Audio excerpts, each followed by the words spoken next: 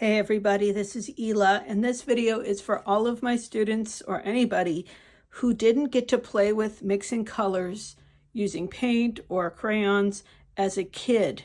So I learned color theory just playing around with paint as a small child, and you learn certain things. It's like a fun experiment of seeing how do you make new colors from other colors. But, it can be kind of intimidating if you never learned it. So here I have pieces of paper that are blue, yellow, and red. And you can say that's pink, but it doesn't matter. It's still basically red. Pink is just red with a little bit more white in it. And you can see I have a little letter P on all of these. These are the primary colors. Theoretically, every color that you can imagine, except for maybe gold or white or silver, all the main colors that you can imagine come from these three. So these are you can think of it as these are the parents of all of the colors. If you really look at this orange, you can see how it looks kind of like red and kind of like yellow. It is the child of these two colors. On the other hand, this is a secondary color. It's the second, it comes after these primaries.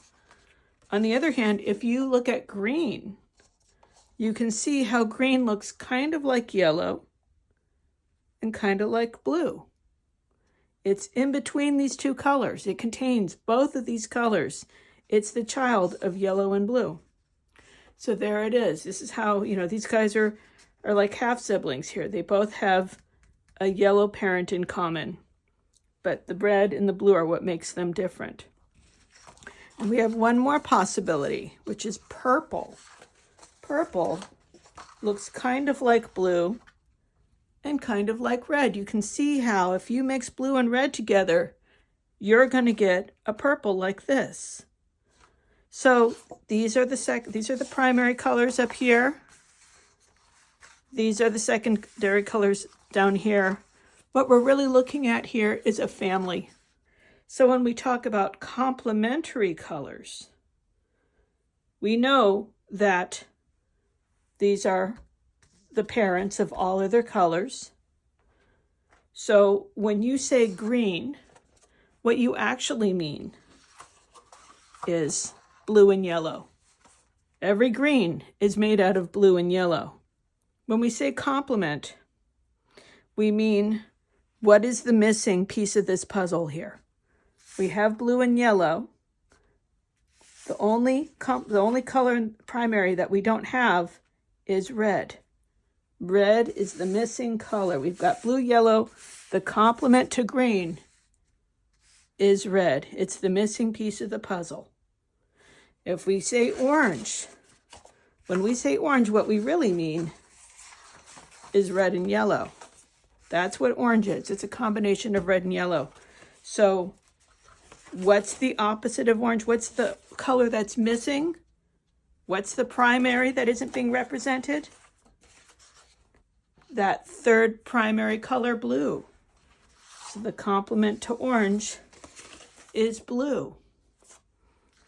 Right? We're just adding the missing primary, the third primary color.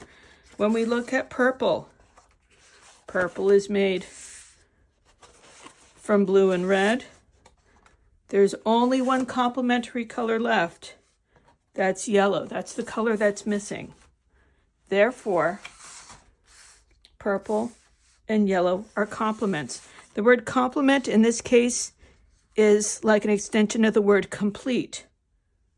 This is the missing primary. This contains the other two primary colors. It's the third. It completes those three right there. Hopefully that makes some sense. Okay? We're really just dealing with these three colors over and over again in different ways. So what happens if you mix yellow, red, and blue all together? You start getting neutrals, right? You can see these colors, especially here on the left. You've got a lot of brown, you've got a lot of sort of olivey green, you've got some grayish colors here. I've mixed this red, this yellow, this blue, and these are the colors that are resulting. So whenever you get kind of a duller color, you know that the third primary is sneaking a ride through one of the other pairs of colors. So what do I mean when I say that the third primary color might be hitching a ride on the other two when I'm trying to mix a secondary? What do I mean?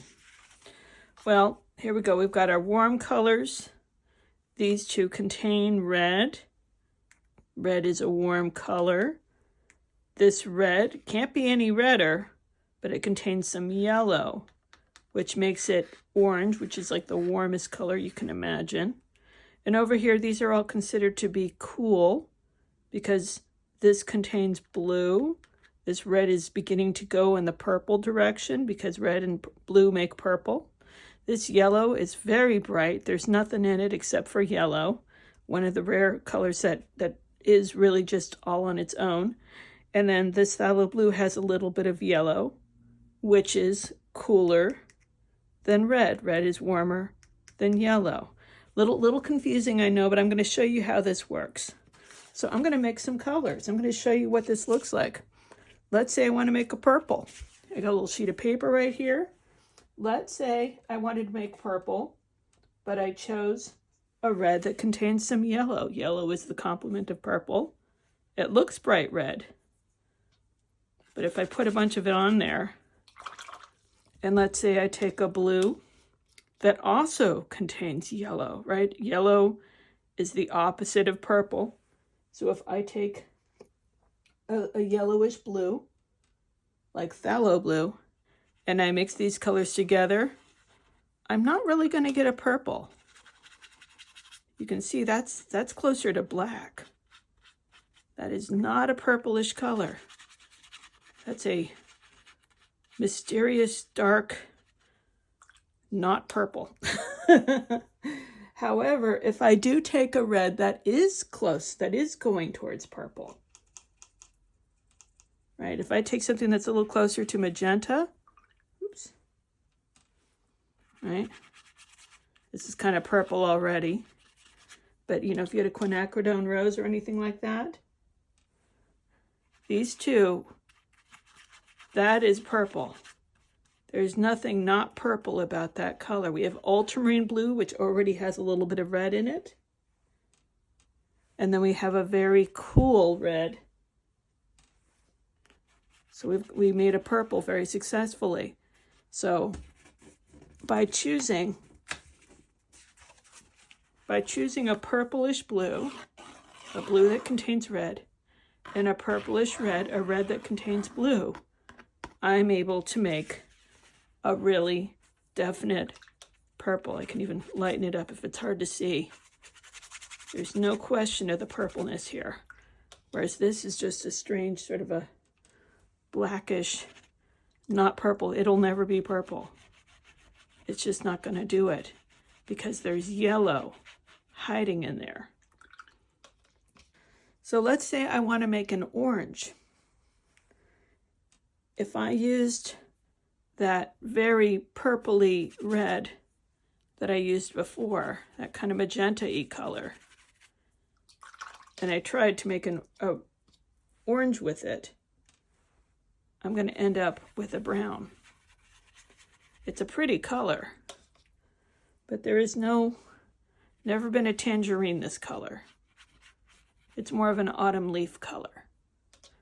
Whereas if I take that really bright red that could not make a purple to save its life,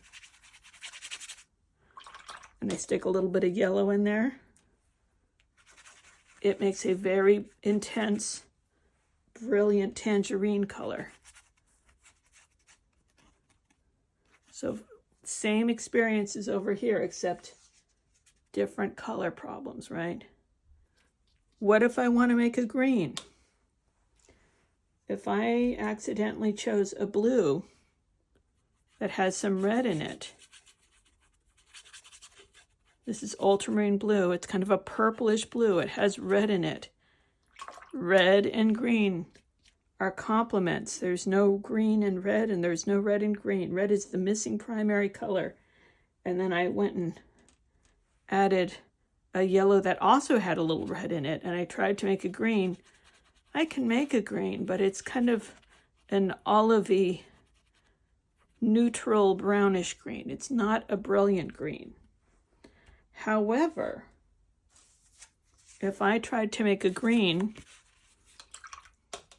from a blue that already contains some yellow, like phthalo blue or Prussian blue, you can see how it's already kind of an aqua-y blue. It's already leaning towards green. And then I took a really bright yellow that didn't have any red in it at all, and I put it in there. You can see how bright and vibrant that green is. There is nothing not green about this color. It's like a Kelly green. So there's red hiding in this one. There's no red at all in this one over here. So red has been sneaking in through the blue and the yellow on this one.